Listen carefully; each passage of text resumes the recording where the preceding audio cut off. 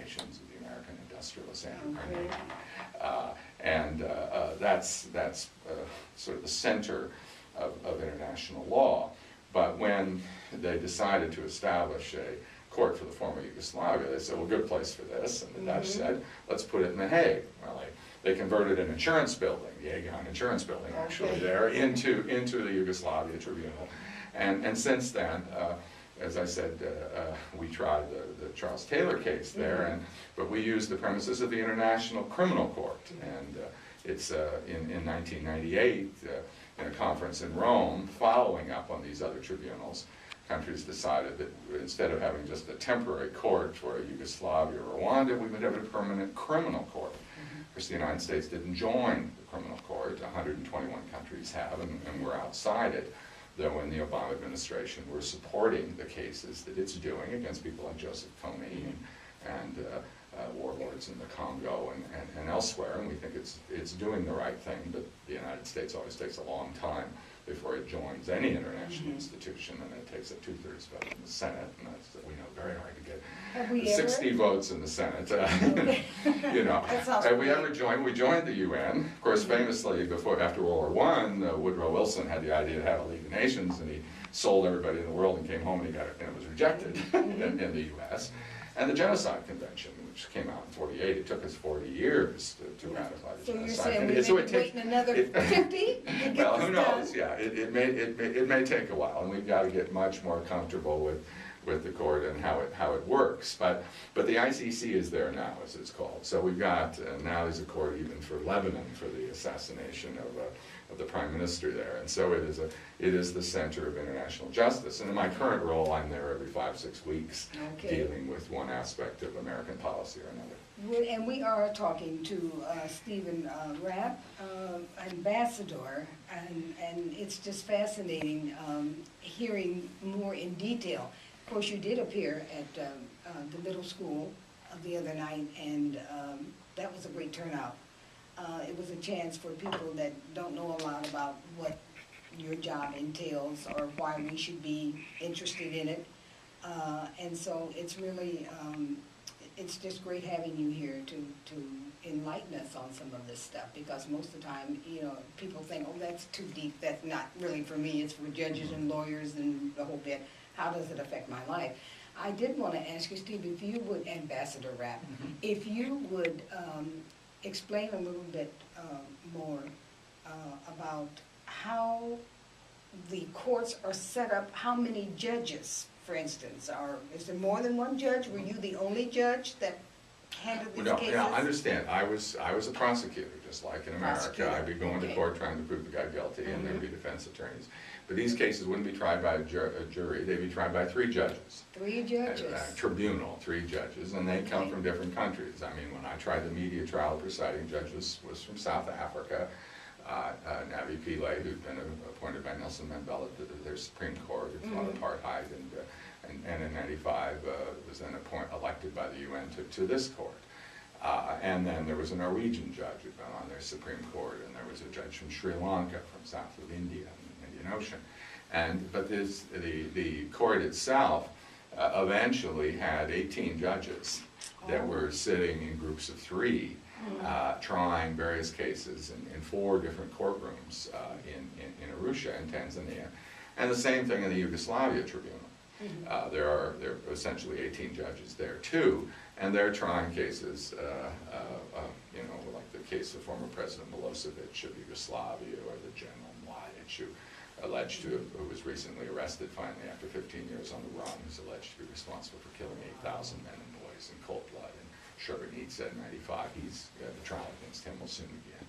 So there are 18 judges, but they sit in groups of 3, and then there are appeals to 5 judges who serve both courts, and both courts, both the Yugoslavian and the Rwanda tribunal. So you got 43 judges there that are serving. The same thing in the Sierra Leone court. We had 2 groups of 3 judges, and an appeals chamber of 5, and the majority was international, but the minority of each panel was appointed by the president of the country. So it was a mixed court. The ICC has 18 judges, and they elect every 3 years by all the member states, the 121 that are in it. They 6 new judges. One of my good friends, a Nigerian, Chilingbola Suji, who worked with me in both of these courts, was recently elected and is taking his seat as a judge in The Hague. You know, we have, of all those 43 judges that I described at the Yugoslavian Rwanda Tribunal, there's one American. Who served one American, and of course there are no Americans at the ICC because we're not a member. We're not going to be a judge. Nobody's going to vote for us. We're not paying the bills. Yeah. And so that's, but we work.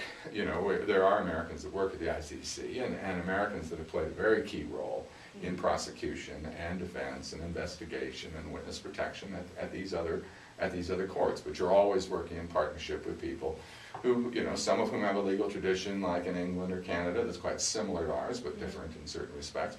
Some of whom come from a continental legal system with inquisition and with investigations done by judges and short trials and different ways of doing things. And at this international level, you've got to sort of meld together the various ways that the world deals with trials, but around enforcement of law that all the world, all 192 countries, by the Geneva Conventions and the Genocide Convention and everything, everybody knows that you don't go out and kill innocent civilians by the millions. You don't, or the thousands or whatever. You don't kill people based upon a racial or an ethnic basis or religious basis. And, you don't engage in what's called crimes against humanity, which can include even attacking people on a political basis, but that's an attack against the civilian population. Sometimes you don't intend to kill them all. This is what happened in the former Yugoslavia. That wasn't often a genocide, but there would be a particular area where there might be 1,500 or 2,000 people living, and you wanted their land. Well, you go kill them all, but better to go kill 50 and rape 50 women and threaten everybody, and then the 1,500 run over the hill. And then you take over their land. You ethnically cleanse that area. So, but that's not genocide because you're not trying to destroy them all, but that is a crime against humanity. That's extermination, or rape is a crime against humanity.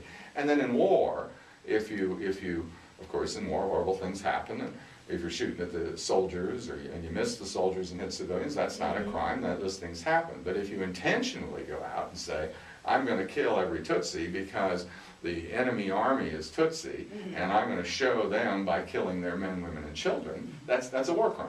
And of course, sometimes even our own forces commit crimes like that. And but the basic premise in the world is, if people do the wrong thing, I mean, it's alleged, for instance, that Sergeant Bales did in Afghanistan a few weeks ago, we prosecute him, we try him, we convict him according to our law.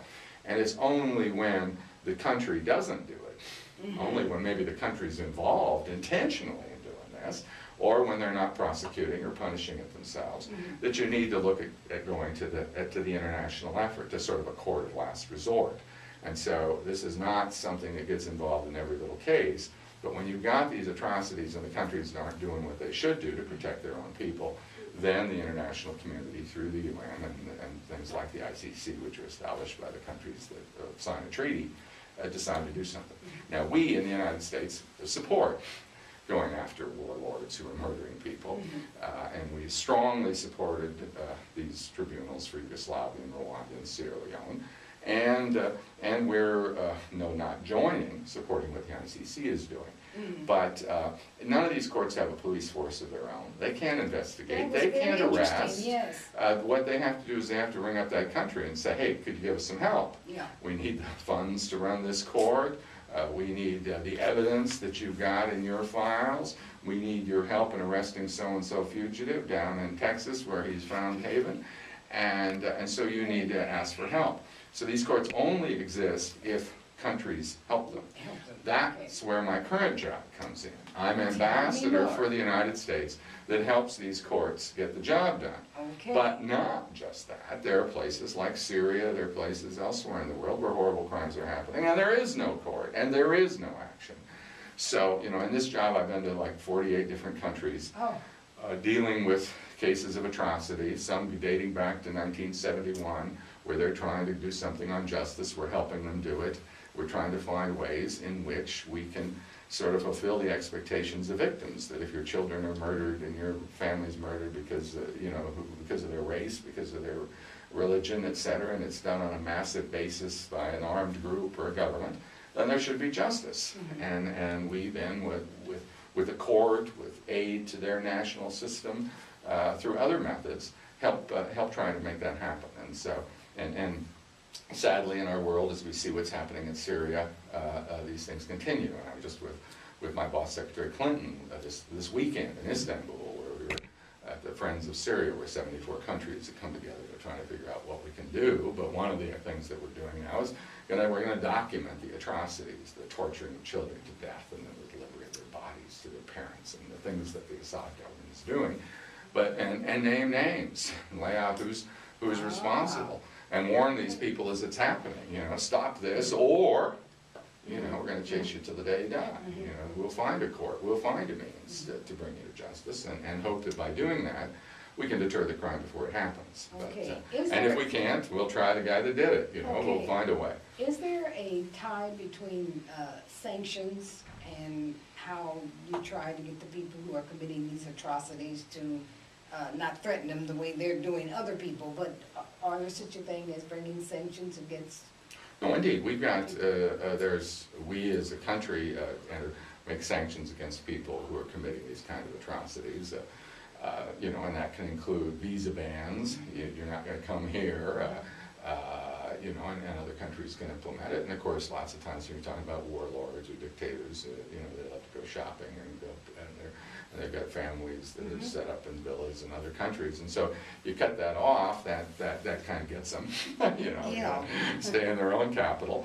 You can try to seize bank accounts and things like that. I mean, the kind of sanctions that we prefer, so-called smart sanctions, where we go after the people that are really doing it, as opposed to the kind of sanctions where you sanction the whole country and try to cut off its oil or its other resources, which can of course affect the ordinary citizens. But obviously, at the end of the day, if you're trying to weaken the country and not go to war with it, economic sanctions do become important, and not buying their oil anymore, not enriching them, not giving them money they need to continue these atrocities. And we're doing that with Syria. And of course, before we sanction somebody, we have to have proof. You can't just name a name and say, well, his last name's Assad, he must be guilty. We have to show to a certain standard that there's very strong suspicion and evidence that this person is doing this. I mean, that's something we can do real time. That often doesn't change them. Now, it did in South Africa's case. I think the sanctions on the apartheid regime there did eventually change things. So sometimes it works, but sometimes they just hunker down, they steal what they need, they control what they need, and that's not enough. But obviously this prospect of facing justice is another thing that we do, and obviously if that can stop it, that's preferable to getting into an armed conflict, which naturally in an armed conflict, even when you're fighting as carefully as you can, innocent people are going to die. And so if you can make the transition through these kinds of peaceful means, that's to be preferred. I remember a few years ago, the Catholic Church had something, they may still be using it, it can be used anywhere, and it says simply, if you want peace, work for justice. Yeah. And I don't think you can expect to have people feel that they're being dealt with in a just way. And so I'm unhappy, I may just kick your door in or something, or you could get caught up in the atrocities that you've been talking about. But well, indeed, and one of the things that motivates some of the worst atrocities is the feeling of being historically a victim. Yeah. I mean, the Hutus in Rwanda that attacked the Tutsis remember generations when they were oppressed, and so they were visiting on the children the sins of the fathers. In Serbia, Milosevic, talked about what the Turks had done to them for 600 years, and what the Croats and Bosniaks had done with them, because some of them had allied with the Nazis, and they treated the Serbs like Jews, and they were exterminated, etc. And so when they were in this conflict, it was sort of like, we're getting you back for not what you did, for what your parents did, and not even all your parents.